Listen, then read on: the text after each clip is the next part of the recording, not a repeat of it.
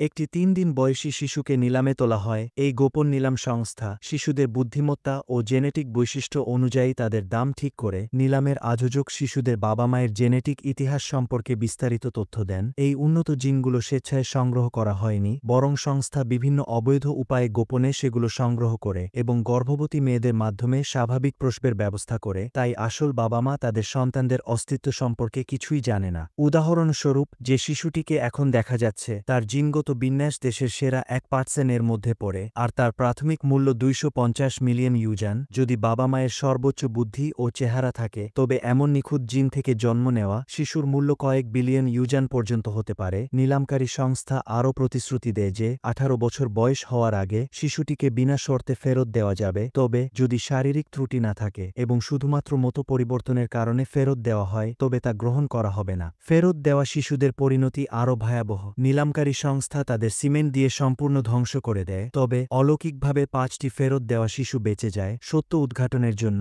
তারা পালক বাবা-মাকে ভিআইপি কার্ডের কার্যকারিতা সম্পর্কে জিজ্ঞাসা করে, কিন্তু তারা জানত না যে যারা এই সংস্থার কাছ থেকে শিশু কিনেছে তাদের কেউই এই গোপন তথ্য প্রকাশ করার অনুমতি পায় না, অন্যথায় তাদের পরিণতি মৃত্যুর চেয়েও খারাপ হবে। ইয়া জুজান যতই চাপ দিক না কেন, লোকটি কিছু বলতে রাজি হয়নি। এই সময়ে হ্যাকিংয়ে পারদর্শী ঝু আন সংস্থার সদস্যদের কথোপকথন শুনে জানতে পারে যে তারা এই দিকেই আসছে। সে ইয়া জুজানকে খবরটি দিতেই তারা সংস্থার কর্মীদের দ্বারা ঘেরাও হয়। যখন মেয়ের ঝেংয়ের নেতৃত্বে একদল লোক লোকটির কাছে পৌঁছায়, ততক্ষণে ইয়া জুজান আর অন্যরা পালিয়ে গেছে। লোকটি মেয়ের ঝেংকে অকর্মণ্য বলে গালাগাল করে, যা মেয়ের ঝেংকে ক্ষিপ্ত করে তোলে। ইয়া জুজান আর অন্যরা সময় মতো এসে ঝুয়ানকে বাঁচায়, কিন্তু শীঘ্রই আরও শত্রুদের দ্বারা তারা ধাওয়া করে। সবাই বাধ্য হয়ে ভাগ হয়ে পালিয়ে যায়। ইয়া জুজান আর সু ঝু গুলি চালিয়ে পাল্টা আক্রমণ করে, আর দেয়ালটপকে সু মেই ও ঝু আনের সাথে মিলিত হয়। ইয়া জুজান একা পড়ে মেয়ের ঝেংয়ের দ্বারা এক কোণে আটকা পড়ে। ঠিক তখনই একটি পুলিশের গাড়ি হঠাৎ করে আসে, আর ইয়া জুজান সাহসের সাথে বেরিয়ে এসে নিজেকে প্রকাশ করে পুলিশের সাহায্যে নিরাপদে পালিয়ে যায়। ইয়া জুজান সহ 5 জন একটি পুরনো বাড়িতে সাময়িকভাবে আশ্রয় নেয়। এদিকে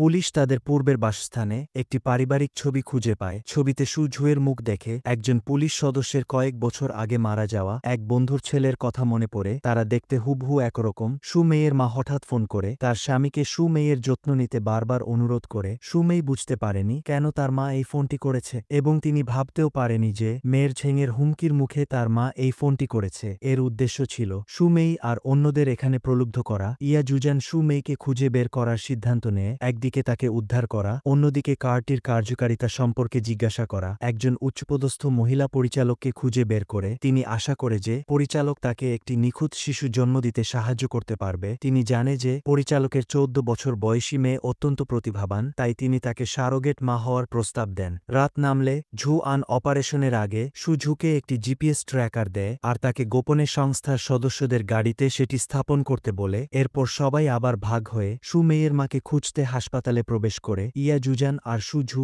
অভ্যর্থনাকারীর ঘুমিয়ে থাকার সুযোগ নিয়ে গোপনে প্রবেশ করে, কিন্তু পাশের ঘর থেকে রোগীর চিৎকারে নার্স জেগে ওঠে। দুজন শ্বাস আটকে লুকিয়ে থাকে। সে চলে যাওয়ার পর দ্রুত কক্ষ তল্লাশি করে, আর দেখতে পায় যে রোগীরা তাদের দিকে সরাসরি তাকিয়ে আছে। ফিরে আসার সময় তাদের সাথে নার্সের দেখা হয়। সংস্থার সদস্যরা গোলমাল শুনে দলে দলে বেরিয়ে আসে, আর তীব্র যুদ্ধ শুরু হয়। সু মেই আর ঝু আন সফলভাবে তার মাকে খুঁজে পায়। ঝু আন একজন শত্রুকে লাথি মেরে অজ্ঞান করে দেয়। সু মেই ভিআইপি কার্ডের ব্যবহার সম্পর্কে জিজ্ঞাসা করে, কিন্তু তার মা দৃঢ়ভাবে প্রকাশ করতে অস্বীকার করে, শুধু কাঁদতে কাঁদতে তাকে এই সংস্থা থেকে দূরে থাকতে সতর্ক করে। যখন 3 জন পালানোর প্রস্তুতি নিচ্ছিল, তখন তারা আবার নার্সের অতর্কিত হামলার শিকার হয়। ঝু আন একটি বৈদ্যুতিক লাঠি দিয়ে একজনকে আঘাত করে ফেলে দেয়। সু মেইও প্রবলভাবে পাল্টা আক্রমণ করে, কিন্তু শত্রু বাড়তে থাকে, তাই তার মা প্রথমে পালিয়ে যেতে বাধ্য হন। শেষ পর্যন্ত ইয়া জুজান আবার মেয়ের ঝেংয়ের মুখোমুখি হয়, আর তার দ্বারা মাটিতে পদলিত হয়। সংকটের মুহূর্তে সু ঝু আবির্ভূত হয়, আর তাদের দুজনের নিপুণ সহযোগিতায় তারা সফলভাবে পালিয়ে যায়। যদিও সু মেয়ের মায়ের কাছ থেকে কার্ডের গোপনীয়তা জানতে পারেনি, তবে ইনস্টল করা জিপিএসের সাহায্যে তারা অবশেষে সংস্থার গতিবিধি ট্র্যাক করতে সক্ষম হয়। তারা জানতে পারে যে এই কার্ডটি আসলে নিলামে প্রবেশের টিকিট। ইয়া জুজান আর সু ঝু কার্ডটি নিয়ে নিলামে প্রবেশ করে। নিলামের আগে সবাইকে মুখোশ পড়তে হয়, যাতে কারো তথ্য